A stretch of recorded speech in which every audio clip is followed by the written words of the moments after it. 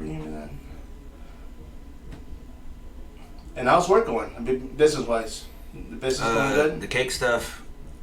Summertime is slow because we're primarily focusing on weddings and stuff, and it's too hot to be outside and having weddings, and because people are in the big fancy dresses and makeup and hair, and everyone's wearing tuxedos and stuff, and it's just too hot in the summer, so there's not as many weddings. But we kind of opened up.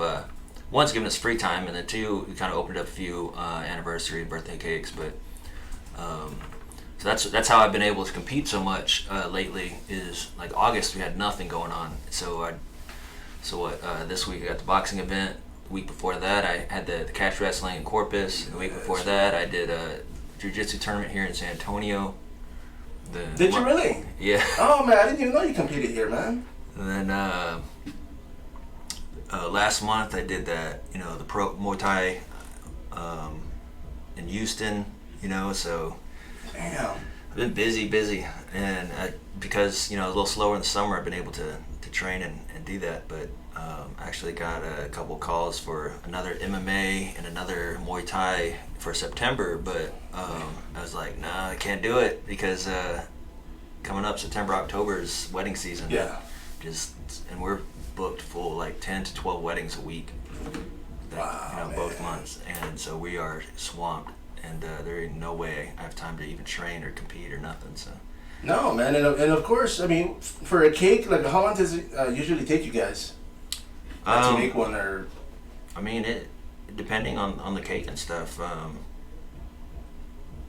It's actually a long process because I got to get all the supplies and stuff, and then we got to bake it, and after mixing it all together and all that, putting it in the oven, it takes a while to bake, and then then it has to sit out and cool, because if it's too hot, try to put icing on it, it's gonna melt the icing. And I was gonna say, you gotta schedule. Yeah, you gotta kind of schedule it out, and it's or if it's still like it's hot and it's soft, and you try to stack them, it's gonna crush and crumble, and so it's a process, and then they cool off. We then trim them and stack them, and then you do like a crumb coating, and then you do of icing, and then you gotta ice it and do the designs, and if you're doing fondant pieces, they gotta be done beforehand so they can dry and harden. Bro. So it's actually a process. I don't think a lot of people realize. Sometimes we get customers that are like, I need it tomorrow. Yeah, exactly. Like, we need it tomorrow. Like, you can't have it done for today. It's just just a one-tier cake. It's like, no, we have other stuff going on. No kidding, you can't just man. do one out of nowhere, and it takes some time to do. But man. And by the way, we are live. Hello, everybody. Spider here, the DeFi Car Podcast, coming to you from San Antonio, Texas. James Hollon, once again, here in the studio. My man, of course, we're caught up in conversation, man. You just drove down today from New Braunfels, man. And you said there was no traffic, right? No, it was a pretty clear shot. I got here pretty quick. Was it still raining out there, or did it stop? No rain. Okay, yeah, because I know we got hit. I guess they said by the airport it kind of came down pretty hard earlier, but I didn't get anything wrong. Got dark clouds, that's about it. Yeah, we didn't get nothing New Braunfels either.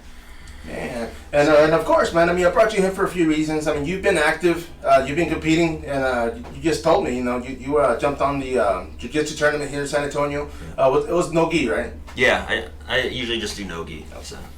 And how did that go? It went pretty good.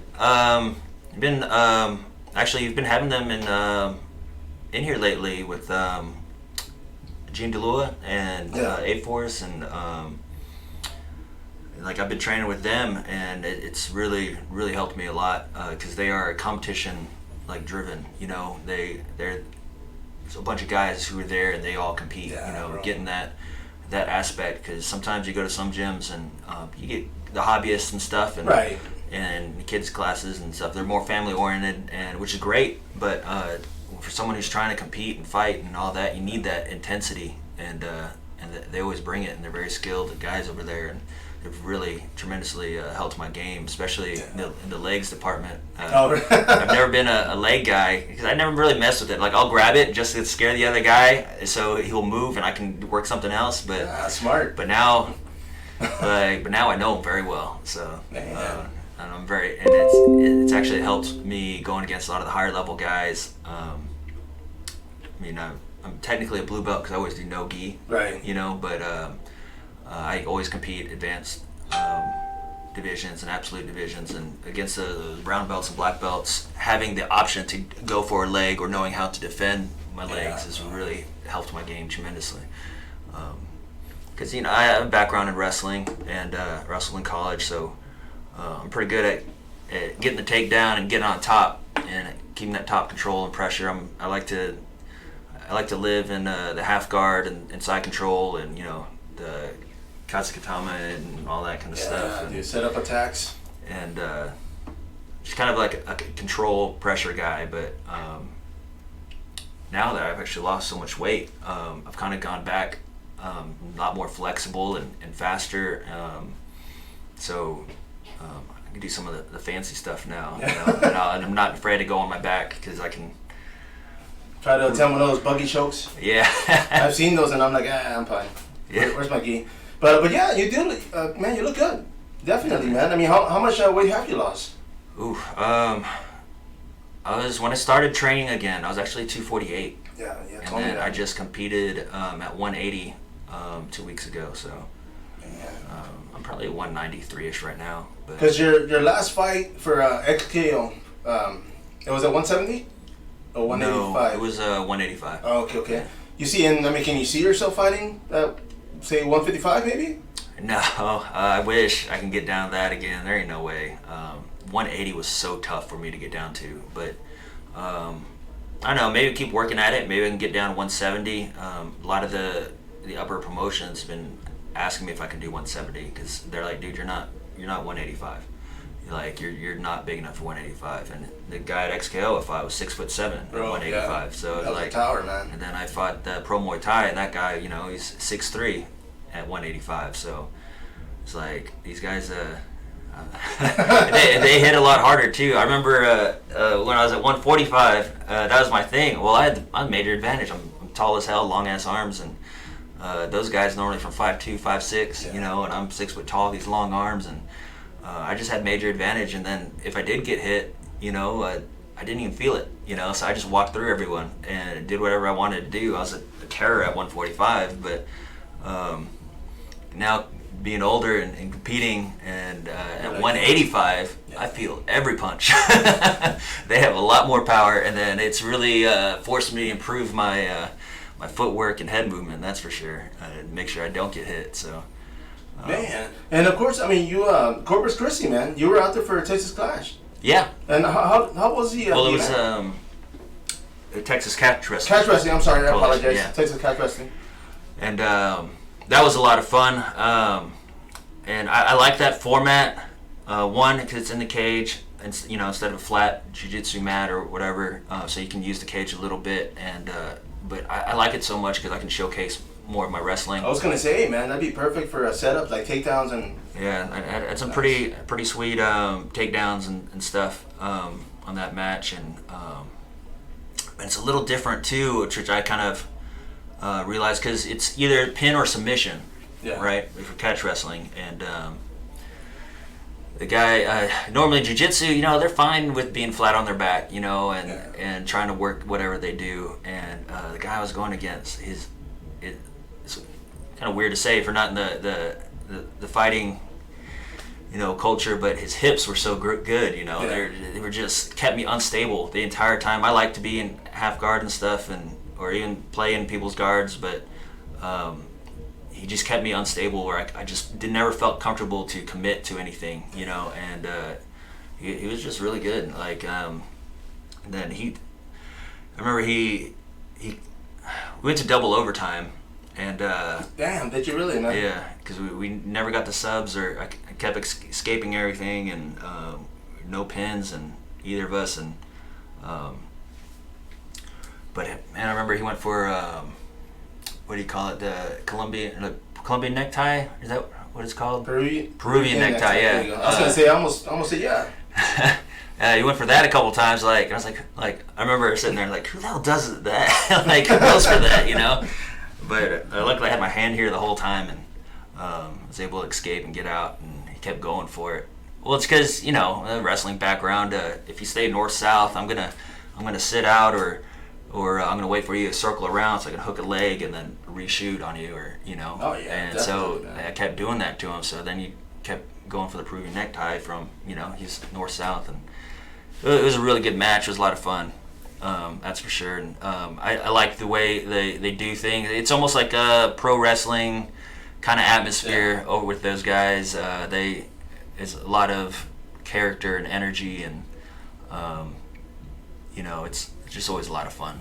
No, for sure, man. I know. The last one that I went to was actually the one that was at the ski resort.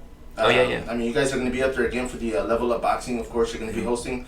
But I liked it, man. I mean, it's fun, and I think that was the key. It was just like everybody had fun with it. I mean, of course, you're out there to win, but for the most part, man, it was you go out there and enjoy yourself, and try to catch a neck or catch an arm or something. But yeah, man. How did the bout go? How did it end up? Oh, I felt like the first 6 minutes, the first initial round. I felt I did real good. I got a lot of takedowns, and I was very active and all that. And then we went to overtime, and then I was just gassed.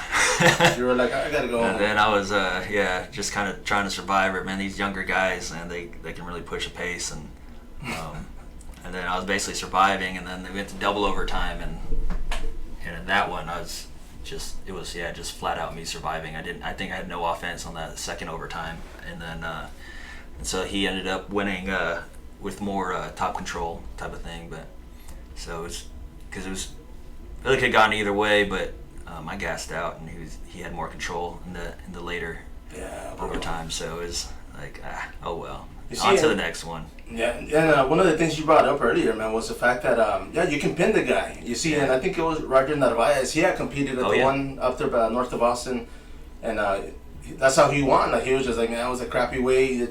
He wasn't used to that, but he won. Nonetheless. But it's just, you gotta watch out, man. Yeah, he was main event for this one, Corpus. Yeah, and that's what he did, man. He was just so big, strong, athletic. Yeah, he's a big dude, man. I mean, his arms are so long too. It's like he was going against Felix Burrell, and it's not that big of a cage, so it's like, man, I feel like that guy, no matter where you are, he can grab you. And if he can grab you, he's gonna take you down. Yeah. And then he just would get mount and pin him, and real quick did it twice to win, and. Yeah, he's going to be a hard one to deal with if you're in heavyweight divisions. No, definitely, man. I mean, the fact that the guy's a UFC veteran, I mean, he's been through the fire, so to speak. I mean, he's competed here, of course, like you guys, regional circuit. And yeah, bro, but I mean, of course, one of the things that brought you out here, man, of course, you guys are going to be hosting another boxing event that's going to be this Saturday. And the location, man, go ahead and plug that in. All right, yeah, it's New Braunfels this Saturday. Doors open at 1 p.m. and it should go around about to 6 p.m. It's at the Texas Ski Ranch in New Braunfels, and it should be a lot of fun. We got I think we have like 25 bouts. Oh wow! Matched up, but with amateur boxing, it's who knows what we're gonna end up with. We might end up with closer to like 18. You always get a couple people who that's why you always kind of overmatch some guys, because you get a couple people who don't show up or don't make weight and things like that. Yeah. And so some matches will drop out. So we're shooting for 20. So booked a couple of extra just in case. And and that's pretty much every promotion, man. Like nowadays, I mean, they match up like 25, 30 just because. I mean, they start falling out, and it's unfortunate, that they don't happen, but the show must go on. Yeah. Well, the amateurs, it's hard to keep them accountable, because there's nothing to keep them accountable. Right. In the pros, you're losing out on money, Oh yeah, definitely. Or other repercussions, but in the amateurs, they have nothing to hold them accountable to show up or not, and it makes it hard for the promoters. But especially when you're advertising a certain person and they don't show up, and these people come to see this guy, and it makes it tough. But no, we have plenty of fights going on. I know we got 2 heavyweights and we got 2 super heavyweights, so we got some big guys, and it should be a lot of fun. We'll maybe see some knockouts, and I know some of those guys I've sparred and trained with, so I know we got some real talent, and it should be a lot of fun. And of course, man, the last time that you guys hosted the boxing, I guess, when did it start? Because I know it started late the last time. I know there was like a traffic jam, and it was just so that area of New Braunfels, the highway was under construction last year, right? And then there was a 18-wheeler that turned sideways in the middle of the highway, and so it was a big accident. I remember that, man. And so our ring was supposed to get there at like 8 in the morning, but the traffic was so backed up, and I don't remember what time it came, but we were all like really nervous about getting it all set up in time, and I think we actually might have had to push it back an hour. I think yeah, it was an hour. It was held back, but I mean. But we got it all done, and everything ran smooth once we got the ring up and everything, and then but so this time, hopefully it should be extremely smooth, because I think that was the only hiccup in the entire show. Yeah. The only thing was that the ring getting there late, and now the highway is complete over there. We even got an extra exit that gets you there a little sooner or closer to the venue, so it should be pretty good. And yeah, man. And of course, Randazzo, I mean, he's been doing these for years. I mean, the fact that you guys are hosting, and he knows what he's doing, of course, too. So yeah, it should run a lot smoother this time, man. Now, you said doors open at 1, so when are you guys going to start the fights? 2 o'clock should be the first bell for the first fight. Gotcha. And I think we're just working our way up from the younger guys, lighter weight class guys, and working our way up to the big boys. We got a guy. I was telling a guy about it, and he's like, when you go to the circus to see the elephants, he's like, everyone wants to see the big guys, you know. But that's one thing too. I try to make sure, because to tell people is over in San Marcos, you got some guys who will put on boxing, and then it's a bunch of frat boys just swinging wildly like crazy, and just a bunch of garbage. And these guys, this is USA Boxing. And so this is legit boxing. These kids are going to have competed in Junior Olympics. They're trying to get to the Olympics, who are about to turn pro. These guys are real legit boxers. The skill level is phenomenal. You were at our last one. Even some of my favorite ones were the kids. They were like 8 to 10 years old, and dude, their skill is so clean. Yeah, you see, and it's scary, because I mean, even like yourself, like you started late in life. I mean, of course you're still young, but I mean, you started as far as mixed martial arts, right? Yeah. I mean, I was in my 20s already, so. Yeah, and these kids, as far as boxing, they're 5, 6 years old, training. Yeah. But definitely a lot of experience. Real talent here in Texas. So a lot of fighters come out of Texas, especially boxers, and that's kind of the whole goal of the entire promotion is to build these guys up. It's been, especially if you're a boxer or MMA, it's as an amateur, it's hard to come up nowadays. I feel like it's hard to find fights and come up and promote yourself. You see guys going pro with only 2 or 3 amateur fights, because it's hard to, there's not many amateur promotions going on anymore, and they need a place to showcase their skills so they can build their fan base and things like that. And like you mentioned earlier too, I mean, especially when they go to the fights and then their opponent doesn't make weight or they don't show up, I mean, so that hurts, experience, man, because I think it was after COVID, man, there was like 2 or 3 people, fighters that I spoke to that were like, man, I was going to do 2 more AMI fights, but the hell with it, I'm going to go pro. And luckily they're doing great, man, but it's just one of those things, I mean, that, you sit out a couple of months, I mean, you're already behind in the game, it changes so often, so much. Yeah, back in the day, man, I had like 20-something amateur fights, because there was fights every weekend, like 2 or 3 promotions every weekend, to choose from. I was fighting every other week, or a couple times where I did fight back-to-back weekends, just because I was just trying to get experience as much as I can, get it in before I went pro. And there's fights everywhere, but now they're pretty tough to find. You find one every couple months, maybe, Oh, yeah. And that's, like I said, if your opponent shows up, makes weight, and all that, so.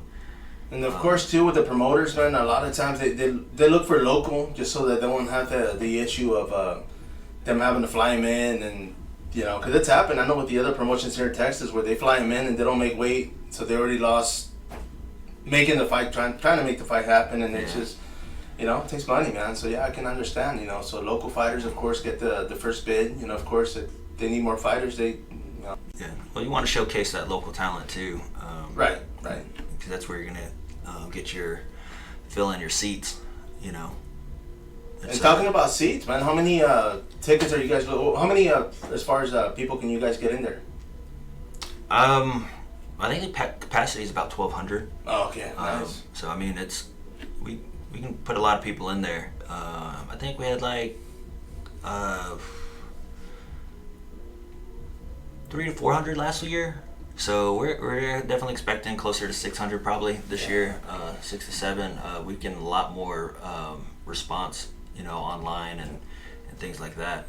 So hopefully it's hard to gauge it, when you're putting on an event of how much is going to be there unless you got pre-ticket sales, and a lot of times people just want to buy them at the door. So actually, if you find Level Up Boxing and find the link to Outhouse tickets, and it's actually cheaper. We made it so it's cheaper online. Okay. So I think it's $15 a ticket if you buy it online, but it's $20 at the door. And then I think same thing, a table's $80 online, but $100 at the door. So just that incentive, go online, and check us out. And no, definitely, especially it gives us a better idea of how many to prepare for when you're talking about food and alcohol and all that kind of stuff too. So because the last time you guys actually had vendors, you had a DJ. I mean, the same thing this time around. Yeah, so I got the same DJ coming out. I know he has the fog machine and lights, and I don't know if we'll be able to do it, but he has pyrotechnics and stuff. Right. So that's kind of thing too. Is a lot of boxing events, especially amateurs. Man, you see them done at like in a parking lot or a flea market, or things like that, and they're just very not much production, I guess. No, yeah, I mean, say it in a nice way, and I want it to be as pro level as possible for the amateur. I was a fighter, right? And I've been on the promotion side, helped out with that before, so I kind of know both sides, and I want it to be good. I mean, that's why even for we have a hospitality area with some snacks and drinks for all the officials and judges and ring girls and refs and all that, just so when we have intermission, then go up there and chill out for a second, and that way and then that way they're not hounded by people, or they have their own little area. Once they gotta go, they gotta get back to work, man. Yeah, exactly. And same thing. I have the areas blocked off with partitions for red and blue corners, so they have their own separate areas where they can warm up and get ready and stuff, because I know it's hard to sit there and warm up and get ready when you have like people over here just watching you, the whole time. Yeah. And so just having the private area, and then plus you don't want to distract from the fight, like everyone's watching. This guy's like yelling while he's hitting the pads, warming up, and then you're on the thing fighting, and everyone's looking over there instead of your fight. And, so it's a lot of small things like that. So yeah, we got them coming out of the corner, and they're separate areas, and coming into the ring. We have ring girls, just stuff that you don't see in your normal amateur boxing, but I just wanted to elevate it to be more pro-like, I guess. Right.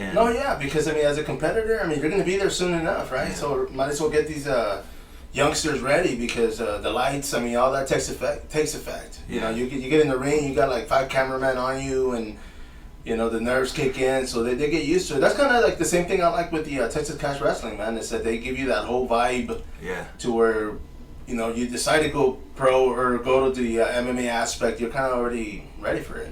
Yeah, it does make a big difference too, because I'm not gonna lie, the XKO, when I did that back in May, it's a long layoff for me, like 10, 11 years doing that, but then right into a big promotion like that with cameras and lights and big stage and announcers and pre-fight interviews and all that, and that media aspect, and just I don't know, it can be overwhelming, is what I guess I'm trying to say. And then so it's a different when you make that jump, especially amateur to pros. There's a lot of other parts that take effect. Like sure, the Diaz man. brothers, they hated that part, the the media I'm sure they stuff. still do. They hated all the media stuff. Yeah. They're like, dude, I want to go be in the gym training. I don't want to have to fly to Toronto and do this interview when I should be at the gym training. And I think they've actually ditched those a couple of times. I know they got. I don't know if they got fined or what, but I think so. They got fined and got in trouble for it, and they were gonna scrap the title fight or something, and because they weren't showing up, and it was a big deal. But yeah, man, you want to be sitting there training and focusing, but you got to give your attention to media and all that. But all those lights and smoke and DJ and all that, it adds to experience for the crowd, the fans sitting in seats and stuff too, because and that's what I kind of think about is each aspect, right? What do the fighters want? How's that, what it's going to help them? What the refs and the judges, so they want to keep coming and doing reffing and judging my shows, and the fans, what do they want to see to keep coming back, and telling their friends about. So like they know this year I got a couple booths and vendors out on the floor, so intermissions they can go visit and talk to these people. We got like 5-star nutrition out there with supplements and people and want to get fit and look at that kind of stuff. We got Top Tier and the Weighted Plate. They're like a strongman gym and stuff like that. Oh, really? Nice. And then they just opened up. It's actually kind of cool. It's like a strongman gym. I mean, anyone can go to the gym, but they specialize. A lot of strongmen who work out over there because they have all the strongman. Is equipment. Daryl going to be out there? I know he's been doing that for yeah. years already too, man. He's actually come down to New Braunfels to compete a couple times. Oh, nice, man. And yeah, it was awesome seeing him and his. I believe it's his cousin, young kid, ridiculously strong, and yeah,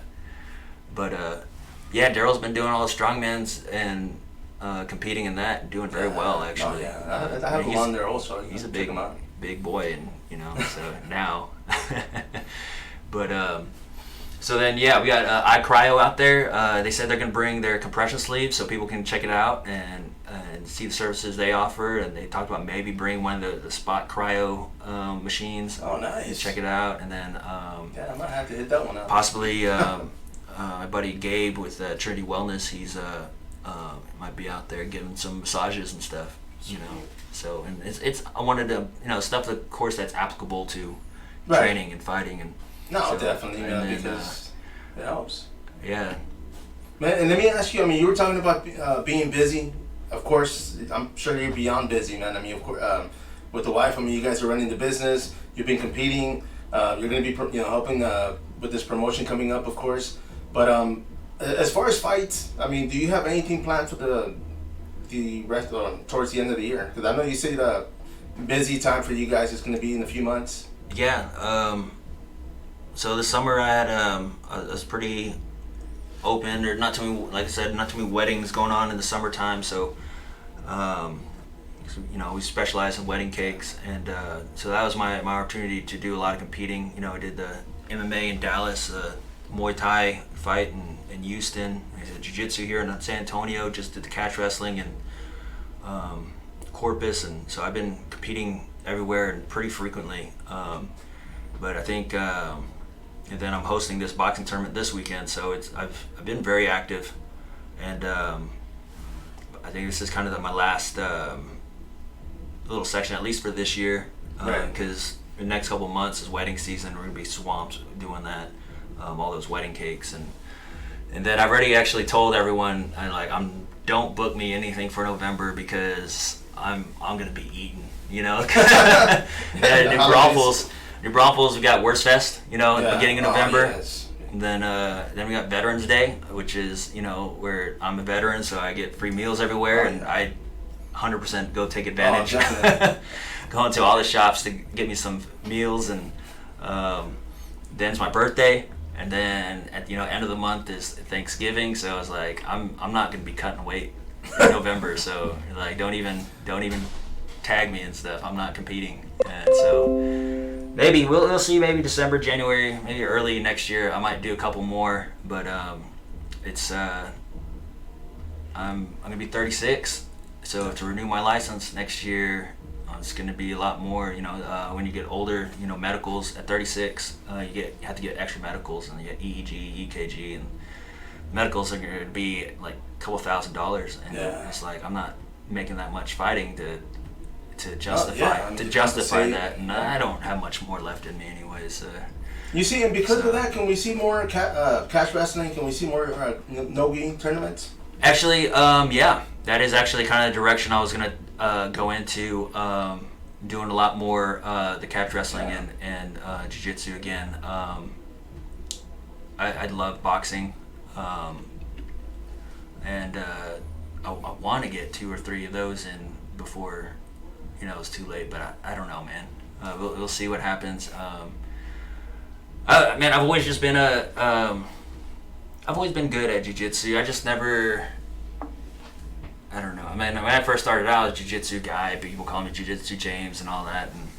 But then when I started boxing, just fell in love with that. Never went back to it. And you were like, I used to get and I used to get bored with jiu-jitsu. This is the whole grabbing and hugging and stuff, and it's just, you're not a hugger, I guess. wasn't my thing. I'd get so mad because I wanted to strike and fight, and then that's what started happening later in my MMA career. Was just everyone would just would hug me or take me down and lay on me, win the decision. If if you were a better wrestler than me, that was the way to beat me.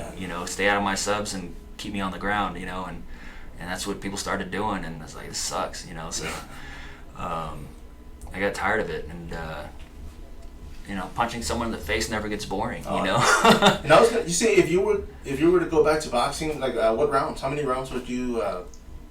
I'm still in the beginner stages, so it'd be like, I think probably like 3 or 4. Oh, okay. So it wouldn't be like 12-round championship stuff or anything like that. But I mean, if Jake Paul, if he wants to come test me out, I mean, come on. Yeah, no kidding. But New Braunfels during Worst Fest, let's do it. But that's the thing is, training with the A-Force and them stuff, man, I'm learning so much, and I've kind of renewed my interest into jiu-jitsu, and then the Texas Cast Wrestling, being able to really showcase my wrestling skills, and like going back and trying to relearn all that stuff again, and it's fun. I mean, because picking people up, slamming them on the ground, and is a lot of fun. So and it's a lot easier on the body. That's for sure. Like that Muay Thai fight I did in Houston last month, and it took me out of commission for a little while. He kicked the hell out of my legs over and over and over, and them knowing I'm a boxer, that's what they were gonna do. So we'll see if we do another Muay Thai, because that's what happened when I fought Joseph Salas. For the title way back when.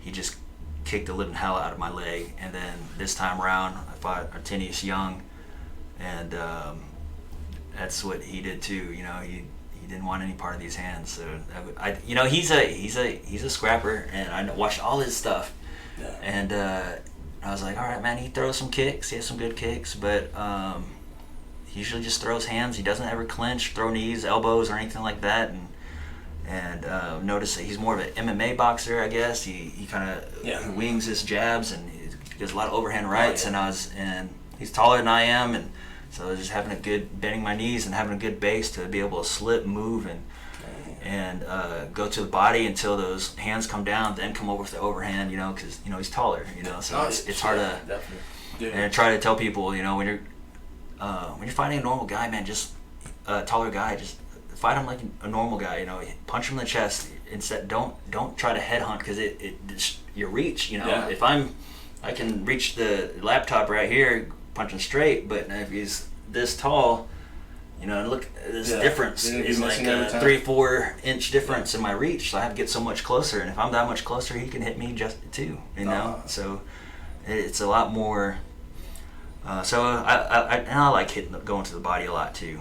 And I was gonna say, in MMA, I mean, I've seen it a little bit more often now, but before, like a lot of people don't, they don't go for the body, man. And I always wonder. That's they look back, they sway back, and I'm thinking, dude, go for that. Well, that's why Johnny Bedford I thought did so great, because he will go for that body if it's there, and so he was taking guys out with body shots, and it's there. No, and that's the thing is you want to end that fight as quick as possible, and people don't train their bodies to take punches. Not most MMA guys don't. The only guys who do are other boxers. So. Yeah. Are used to taking body shots, and same thing in the when fights happen in the streets, you want to stop the guy as soon as possible, and a lot of times just a quick body shot will. You can't breathe. Yeah. Basically, if you can't breathe, you can't fight. You know, so a body shot, you can't breathe. They're on the ground holding them, their stomach, or. Same thing if you go look for that choke out. Of course, like in a street fight, you're not going to try to armbar someone. It doesn't really. I mean, whether you're going to tap out, right, and then you let go, then they come back on you again. You want to end that fight, but I don't know. It's underused, the body shots, I think, in MMA. But for this guy, Artinius Young, I went in there and I landed a lot of good body shots, and then it was funny because at weigh-ins, we talked afterwards. He said at weigh-ins he noticed how long my arms are. Even though he was taller, he's like, "Damn, his arms are like long as hell." And I know he's a boxer, so maybe I should. He told me, he's like, "I figured if we went toe to toe, it would probably be 50-50." So I decided to keep my distance and do the leg kicks. Utilize the legs. And so he was really getting me, and then so I had to kind of. Every time I come in, he would just, blast me with a leg kick, and then I had to kind of fix my game plan to more of a in and out style, or kind of feint the come in, and then when throw the kick, check it, then come in, and then to which he, switched up his, in the next round, like switched up his style where he started letting me in. But then, as I got comfortable inside throwing, that's when he would throw the kicks, because each one was, you can see it. You can see me like wincing and like kind of falling over every time he landed that kick, because it just kept building up, and so it's actually really cool what he did. He, as a boxer, when I throw my hook heavy on the front foot, I'm twisting my front leg, And when that front leg twist, I don't know if like I can stand up. It's hard to like explain it, but anyways, I'm coming. I'm turning the ball of my foot with that hook and all that power, Yeah. But see, when I'm turned this way, that's when you throw the kick, and I can't turn around, shift my weight, turn around fast enough to check it. So what's funny is all that bruising on my leg was actually in the back of the leg instead of the side of the leg. Oh yeah, because he was timing it. He was timing when I throw that hook.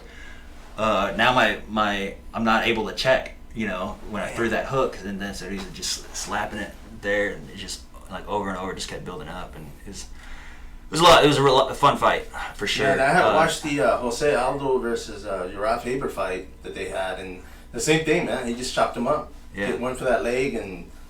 I mean, that should look painful. So yeah, after that, I was like, I don't know if I'm gonna do Muay Thai again, because they're just gonna keep doing that to me, And yes, I know how to check kick, and I know how to counter and all that. But when you're in the heat of the moment, you kind of fall back to your base, and what you're good at and used to. And I don't know. I mean, a lot more practice, of course. I mean, if I kept going to ambush and keep training with those guys, and of course I'd get a lot better and all that. But like I said, I'm getting older. My time's limited. I have so much stuff going on between my business and some new ventures I got going on, and of course earlier you said you dropped out the kid at school, right? So you got that also. Yeah. And she's in middle school, so she's about to get real active in like sports and extracurricular activities, and so it's just it's a balance. I had the free time and wanted to come out of retirement and just kind of prove I could still do it, I got real tired of telling everyone how I used to be a fighter, I used to be a fighter, I used to do MMA, and people like look at me like, yeah, okay, man, Yeah, is my cake ready? Come on. But man, yeah, bro. But I mean, the fact that you came back and I mean, you're a competitor, man. I mean, obviously you don't want to stop, and You know, I'm sure there's going to be more things in life. I mean, whether it's grappling or catch wrestling or whatever, as far as jiu-jitsu tournaments, you know, I can still see you doing this till you're ready to just say, okay, that's enough. You know, I don't see that happening. Yeah, definitely. Like like I said, I got renewed my interest in the grappling, and it's a lot of fun to me now that I'm learning and have a lot, I guess, avenue to compete in it. And so yeah, I'll most likely switch gears to that direction. Like I said, I came out of retirement, just kind of prove that I can do it, and I think I have. Stepping in the cage, doing MMA on a big show like XKO, and stepping in with like a legend in Artinius Young, who's fought guys like Cyborg and stuff like that in Muay Thai, and holding my own. And so I prove I can do it. Whether I already know. I just, as I'm competing, especially some of these younger guys and stuff, like I don't have that drive and fire like they do. I see it. Just kind of like you see how all these guys like Donald Cerrone and Luke Rockhold all retiring and stuff, and they say the same thing, man. They just don't want it anymore. They don't have that fire for it anymore. And I realize, like, I love competing, but I don't have that same drive and fire that I see in these young kids that I'm going against. Like they want it bad, and I still have to put them in their place, but I can see it. It's like, and seeing all these guys I watched, they're all retiring, and then it's like, I realistically, and that was never the intention of trying to go into the UFC or make it big and win a world title or anything like that. Like I said, I just came in to just kind of prove to myself I still got it. I'm not an old man. I can still hold my own, and I think I've done that. So I'll probably be hanging them up again pretty soon after maybe a few more smaller stuff. No, definitely. I mean, for sure, man. Because even now, I wanted to bring this up earlier. In New Braunfels, you actually ran across Boss Rutan. Oh yeah. And yeah, posted, and I'm like, dude, like, what the hell? But I mean, the guy just showed up. What was going on? Oh, yeah, man. It was. Then my friends make fun of me for it, and they're not into fighting or anything. So so they make fun of me for being such a fangirl when I saw him. Shawa too, man. He's a legend, bro. Yeah, dude, I was like, you don't understand who this guy is, Yeah. Like, this guy is like the original, like, badass, and we're at Poorhouse in New Braunfels, and we're just hanging out, and I look over and I see this guy, and I was like, man, that guy kind of looks like Boss Rutan. And then we're just kind of hanging out, and then eventually, like, I'm like thinking about it, and I'm like, I pull my phone out and I look up Boss Rutan. I was like, does that guy look like this guy? And I'm like, yeah, he kind of does. And I was like, I'm gonna go see. I'm gonna go talk to him. How did you test him, man? What'd you do? I actually walked up to him and I was like, hey, you don't go by El Guapo, do you? You see, I wouldn't have thought about that, but yeah, man, fight days. And then he was like, yeah. I was like, oh my god, dude, it's such a honor to meet you. I'm such a big fan. And he's like, oh yeah, but he's kind of looking me, he does all those like bar fight, like street fight, like instructionals and stuff. And I can already see him like sizing me up and like kind of keeping his distance. And he's friendly, but he's like, I don't know what this guy's trying to do. Is he gonna try want to test himself against me type of thing, And you can tell he was really nice and friendly. And then we sat and talked, and he said he was actually looking to buy a house in this area. And I was like, oh, well, let me introduce you to my realtor friends. You got people over here. And so yeah, we hung out, talked a little bit, told him I was coming out of retirement to fight again, and he's like, oh yeah, good luck with that, man. You look like you're in pretty good shape, and all this kind of stuff, and then so let him go. I don't want to talk his ear off or anything, and then after that they left very shortly afterwards, because I think it's like, I just got noticed and exposed, I need to move before someone else notices, and I see run into celebrities a lot in New Braunfels, and it's a hot spot. People like to visit. There's a lot of stuff to do there, and so a lot of times they like I'll see them and they can walk around unnoticed because no one expects to see them there. Yeah, especially dude, and that's true. I mean, they Austin, walk around unnoticed, but then when someone does spot them, then they usually bounce pretty quick because they don't want to be overwhelmed. And a lot of times they're with family and things like that. I remember it's a funny story. The lead singer for Blue October, they just started going back on tour again, and they live in that area, and I run into them all the time. But I remember the first time though. We were at a little clothing shop, and my wife was in there trying clothes, and his wife was trying clothes, and we're sitting on on the couch in there, like waiting for him to come out, and he was actually like talking to me and stuff. He's like, "Oh man, I don't remember what he was saying, but I remember at one point he invited me to. He's like, I just came back from out of town, and we're having a barbecue, and he invited me to his barbecue, and I think I was like pissed off for some reason and about something, but I was like, I'm not sitting there like I don't even fucking know this dude. Why is this guy talking to me? Like, why is this guy talking to me? And you're not my type, man. He's like invited me over to his place to barbecue. He's like, yeah, sure, maybe I'll talk to the wife or whatever, and maybe and then like the song comes on in the store, and his wife's like, hey, this is your song, and I think nothing of it. I'm like, oh, maybe it's a song they both like, or when they first dated, or it was playing or something, it's like. And then me and the wife leave to go to a different store, and I was talking to her, and I was like, it's weird that she said it like this is his song and all that. I was thinking about it, and I looked, and I was like, I know that song's like Blue October, and I was like, I don't know what Blue October looks like, the band, So I look him up, and I was like, that was that guy that was in there, right? Because all the tattoos. It's pretty hard to miss because all his tattoos, and then we were like, oh, we should go back to that store, and you really like that one blouse, right? Why don't you go? We should go back and go buy it, so we could go see him, run into him again. And they weren't in that store anymore. They went next door to there's a bakery, so we went and walked. He saw they were in there, and then so he walked in, and as soon as I walked in the door, I saw him, and we both locked eyes. You were like, and then it was I know. It was like his eye is like he knew that he realized like I knew who he was, and then but you could see in his eyes it was like, dude, don't rat me out in front of all these people. I'm here with my family and kid. I could see it in his eyes. And that bakery was packed, so I was like, okay. And then I just took a beeline, ordered a pastry, and walked out. And I was like, and I told my wife, I was like, I didn't want to do it, But then I've run into him again in like gas stations and things like that. Yeah. But it's just funny. You'll run into random people. We've run into me and my friends run into a lot of the people from Jackass. Really? Yeah. And then there was an episode of Catfish they did in New Braunfels, and so it's just weird. The random celebrities you'll meet in New Braunfels and run into, but Boss Rutan was definitely not one of the ones I was expecting. No, definitely. I mean, when you posted that, I was like, what the world? I was like, dude, that's cool, man.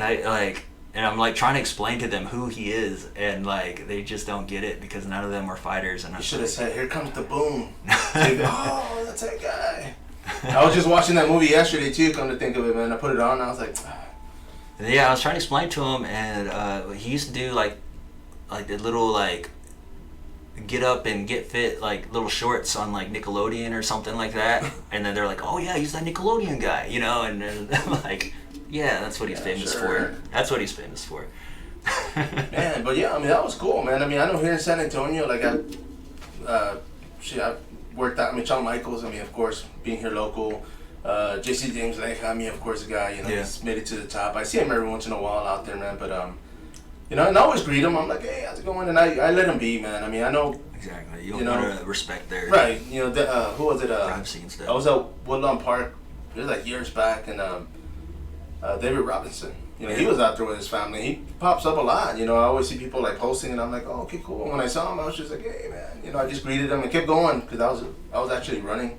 People probably won't believe that, but I was out there jogging then. But I saw him, and it's for me. I guess it's just kind of like with the MMA game. I mean, I've been cage side. I've been, with fighters, ex-world champions, and I don't get all fanboyish right away. But after a while, I'm like, oh man, that was cool. Like, I'll kind of soak it in, and hanging out with Cain Velasquez. Of course, the situation he's in now.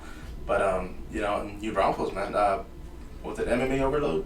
Yeah. He was out there, man, and you know that was pretty cool, man. I just be able in the back hang out with him and just talk to him, and quiet guy, man. Like it was just like so awkward, bro. Like I was. It's so funny though, because MMA Overload is. I remember back in the day, huge everywhere, and he still does, you know, all the banners and fight shorts and stuff for all the top guys in boxing, kickboxing, and MMA, and such a huge global brand, and it's just a small little warehouse in New Braunfels. I know, when I first heard about him, I'm like, who would have thought? They're in New Braunfels, seriously? Like I was like, wow. And I actually contacted them a while back. I asked them to come in here and jump in the studio, man, because I was like, the least I could do, man. I mean, the guys. You know, with the whole Reebok thing killed everything, and that's why a lot of these places went under. Because I'm sure he has some stories for sure. Oh, bro. He seems kind of a quiet guy, because I'll talk to him every time I need something in there. But they still have that warehouse out there? Yeah, he's still there. Oh, okay. Wow. So I know a while back he had Kevin Hollon out there. Well, that's true. Yeah, so that's right, man. I forgot that they had the meet and greet out there too. Yeah. You see, but I didn't think it was going to be in the same spot. For some reason, I was thinking maybe, you know, they were going to go somewhere. Yeah. But that's cool, man. I'll definitely have to go by, see if they have any old bad boy geese. Get some clearance sales. But, bro, I mean, of course, I mean, Level Up Boxing, you're going to be hosting the boxing this weekend, man. It's going to be in New Braunfels. I mean, it's a great venue. I enjoyed it. It was great. I mean, for those watching, listening, I mean, by all means, you know, go by there and support. I mean, like you said, this is going to be, you know, the younger generation, the people that are actually looking to make this into a profession years from now, you know. But so that's what I'm doing too, is I'm trying to transition. I want to stay active in the sport, you know.